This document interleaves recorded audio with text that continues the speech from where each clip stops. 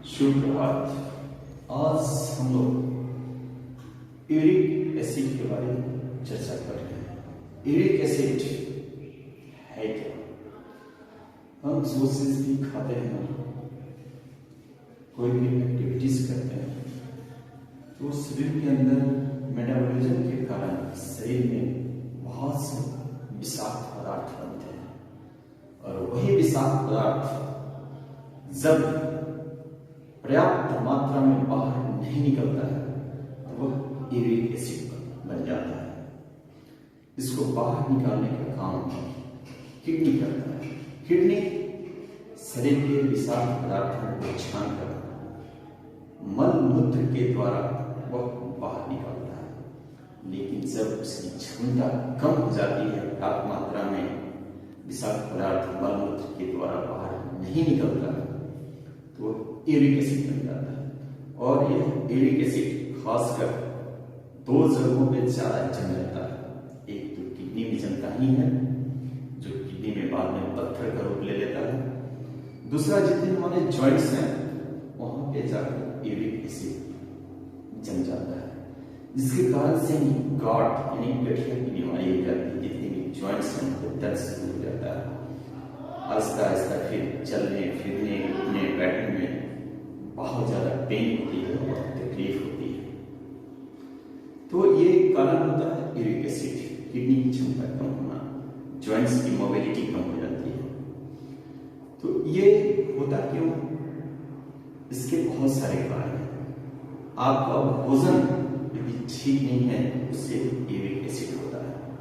यदि आप बहुत ज्यादा मांस खाते हैं, बहुत ज्यादा प्रोटीन युक्त भोजन करते हैं, बहुत ज्यादा दाल खाते हैं, इससे यूरिक एसिड बनता है। तो इस सब चीजों को बहुत ज्यादा नहीं करें। खासकर कोल्ड ड्रिंक तो एकदम पीने की आदत है आपको, तो उसको छोड़िए, इससे यूरिक एसिड बहुत ज्यादा बनता है। साथ ही साथ गलत चीजों का सेवन न करें, जैसे कि शराब वगैरह, ये तो भूल कर भी आप इसका सेवन न करें। समुद्री भोजन से बचिए, यह भी यूरिक एसिड का निर्माण करता है। ये सब चीजों पे आप ध्यान रखिए भोजन पानी पे, तो यूरिक एसिड को आप नियंत्रित कर सकते हैं। साथ ही साथ यूरिक एसिड शरीर में जमे नहीं, हमेशा सही रूप से बाहर निकलता है। इसके लिए एक्सरसाइज, योगासन आपको करते रहना है। तो आज हम आपको बता रहे हैं अपने यूरिक एसिड को नियंत्रित करने के लिए आपको क्या करना है। तो सबसे पहले आपको घुटनों के बल खड़ा हो जाना है। घुटने के बल खड़ा हो जाने के बाद आप अपने दोनों हाथ आगे रख लीजिए, और यह ध्यान रखिए कि आपका हिप और थाई एक सीध में नेगेटिव हो। इस स्थिति में आने के बाद अपने स्पाइनल कोड को आपको सांस छोड़ते हुए ऊपर की ओर उठाना है।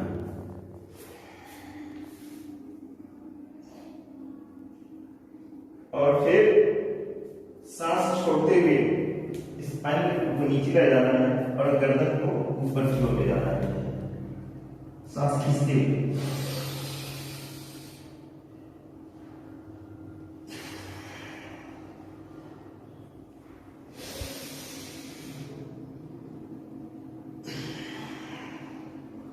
इस क्रिया को आप कम से कम 10 बार कीजिए, तभी जाकर आपको फायदा पहुंचेगा। आइए नेक्स्ट चलते हैं। इसको मार्जरी आसन का एक रूप है ये। दूसरा है, आप खड़े होकर हिप डिस्टेंस रखिए दोनों पैरों में, और इसको तड़ासन भी कहते हैं। तड़ासन कीजिए, दोनों हाथों को इस तरह से सर पे रखिए और पंजे के बल खड़ा होकर सांस ऊपर खींचिए।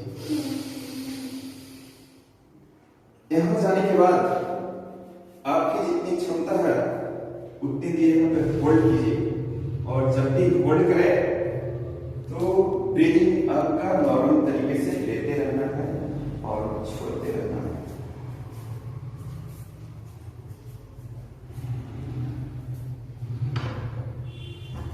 कम से कम शुरुआती दौर में 1 मिनट, फिर प्रैक्टिस हो जाए तो 2 मिनट 3 मिनट तक ये होल्ड करने की आदत डालिए।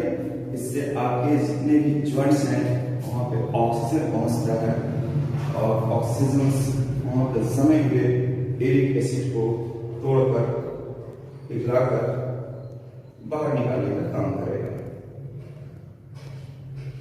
तो ये था आपका तवासन।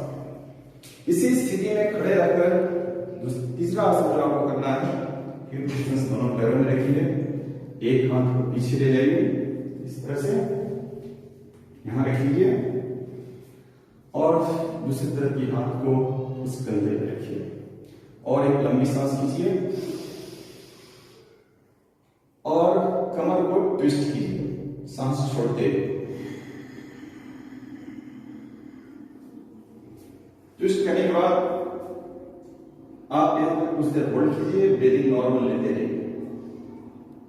आप देखेंगे आपके कमर के जॉइंट्स के पास तनाव उत्पन्न होगा, तो वहां पे आपका यूरिक एसिड जमेगा नहीं जल्दी से, और ये जम भी किया है तो आहिस्ता आहिस्ता वो टूटना शुरू होगा। फिर सांस छोड़ के सीधा होइए। एक क्रिया फिर दूसरी तरफ से कर लीजिए आप। फिर सांस छोड़ते हुए जॉइन होइए।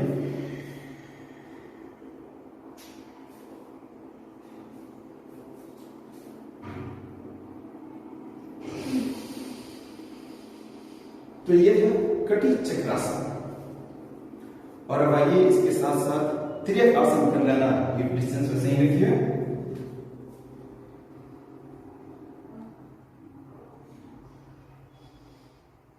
फिर सांस छोड़ते हुए आपको दूसरी तरफ बॉडी को जॉइन करना है।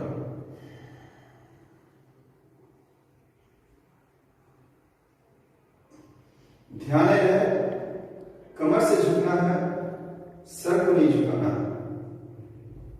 फिर सांस लेते हुए सीधा हो जाइए। यहां कुछ देर रुकने के बाद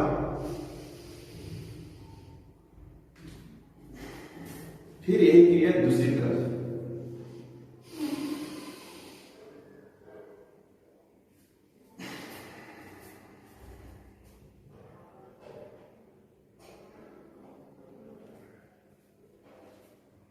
यहाँ पे होल्ड करना है आपको।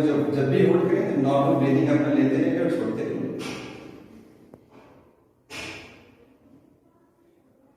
तो ये क्रिया भी कम से कम आप 10 बार 12 बार कीजिए। अब आइए अगला क्या करना है आपको बताते हैं। इसके बाद आप लेट जाइए। लेटने के बाद सेतुबंध आसन करना है। दोनों पैरों को मोड़ के एड़ी को हिप के पास ले आइए। हिप और एड़ी के बीच 4 से 5 इंच की दूरी रहेगी। यहां आने के बाद आपको कमर को ऊपर उठाना है सांस खींचते हुए, और यहां आने के बाद दोनों हाथों को इंटरलॉक कर दीजिए और पैरों को नीचे दाबकर कमर जितना आप नॉर्मल तरीके से ऊपर उठा सकते हैं उठाइए, और जितनी आपकी क्षमता है यहाँ पे रखिए। आप देखिए आपके स्पाइनल कोड्स, गर्दन, घुटने, एंकल जॉइंट्स पे काफी जोर पड़ेगा और यहाँ पे जमे हुए यूरिक एसिड तो टूटेगा। साथ ही साथ इसका जबरदस्त फायदा आपका किडनी के लिए है। किडनी में जो भी यूरिक एसिड जम जाते हैं, फंक्शन उसका कम हो जाता है, वह सही ढंग से काम करना शुरू करेगा और किडनी विषाक्त पदार्थों को बाहर निकालने का काम करता है और वह आपके शरीर में जमे हुए यूरिक एसिड को बाहर निकालना शुरू करेगा। लेकिन आपको इस स्थिति में आकर होल्ड करना पड़ेगा, नहीं कुछ देर तक करना पड़ेगा आपको। 1 से 2 मिनट तक कीजिए, फिर जब अभ्यास हो जाए तो 3 मिनट 4 मिनट तक के जाइए। यदि ज्यादा देर करने में इसमें दिक्कत आती हो तो आप हाथों को इस तरह से सपोर्ट भी कर सकते हैं। श्वास नॉर्मल तरीके से चलता रहे। यदि इससे भी आपको ज्यादा परेशानी हो रहा है के नीचे 2-3 मसलन तकिया लगा दीजिए और उसको लगाकर आप पड़े रहिए। तो ये सेतुबंध आसन है, इससे किडनी आपका बिल्कुल स्वस्थ रहेगा और किडनी की विषाक्त पदार्थों को छान कर बाहर निकालने का काम करता है। तो ये आपको सेतुबंध आसन करना है। साथ ही साथ ये ध्यान रखिएगा, जब ये सेतुबंध स्थिति का काउंटर आसन भी कर लेना चाहिए। पर गए थे तो घुटने अपान आसन कर लीजिए, सांस खींचिए, यहाँ पकड़िए, सांस छोड़ते हुए छाती के करीब घुटने को लाना है और यहाँ आने के बाद उसे आपको होल्ड करना है। दोनों पैरों से कर लीजिए।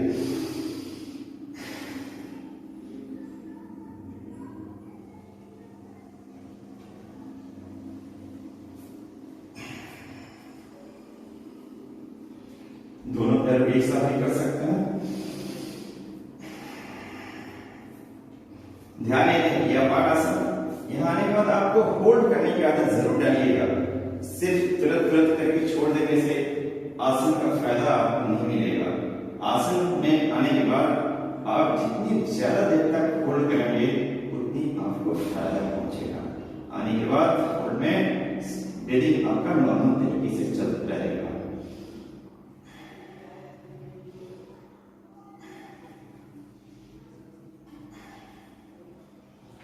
तो इतने सारे आसन हैं, ध्यान रखिए इसके अलावा बहुत सारे आसन हैं, आप उसको कर सकते हैं। लेकिन ध्यान रखिए ट्विस्टिंग के जितने भी आसन है आप कर सकते हैं।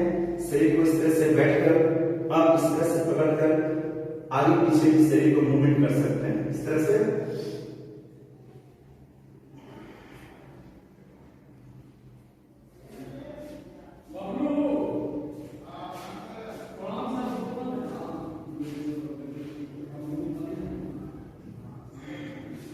किडनी और घुटने में जो भी इरिटेशन जमेंगे वो आपका टूटना शुरू होगा। तो ये सारे आसन आप करेंगे तो आपके शरीर का यूरिक एसिड नहीं जमेगा। और इसके साथ ही ये भी ध्यान रखिए, बहुत ज्यादा मीठा से शुगर वाले से नहीं खाइए, उससे यूरिक एसिड का निर्माण होता है। यूरिक एसिड आपके शरीर में जम गया तो गठिया की बीमारी तो होगी ही, साथ ही साथ किडनी पत्थर तो हो ही जाएगा, साथ ही साथ आपको डायबिटीज और हृदय संबंधित भी बीमारी शुरू हो जाता है।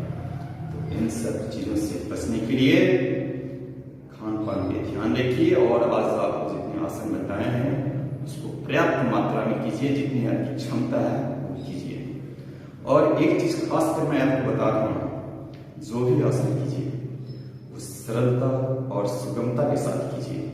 बहुत ज्यादा फास्ट, बहुत ज्यादा जोर लगाकर कोई भी एक्टिविटीज, कोई भी आसन मत कीजिए, क्योंकि बहुत तीव्र गति से जबरदस्ती फिटनेस के लिए एक्सरसाइज करने से शरीर में यूरिक एसिड का निर्माण हो जाता है।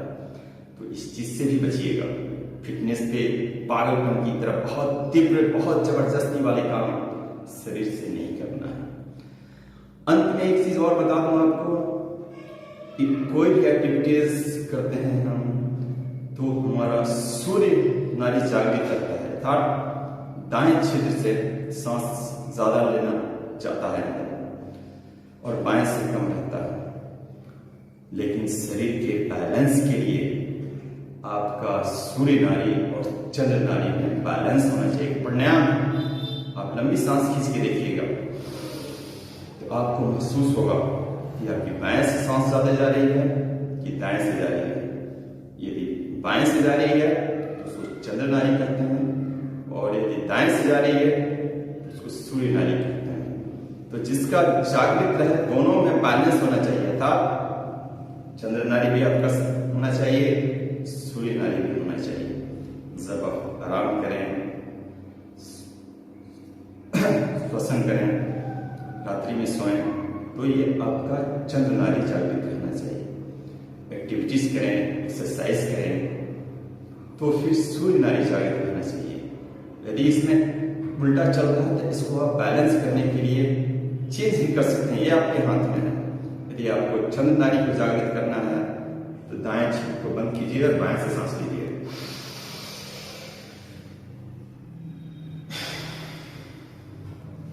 और यदि आपको सूर्य नाड़ी को जागृत करना है तो बाएं को बंद कीजिए और दाएं से लंबी सांस लीजिए।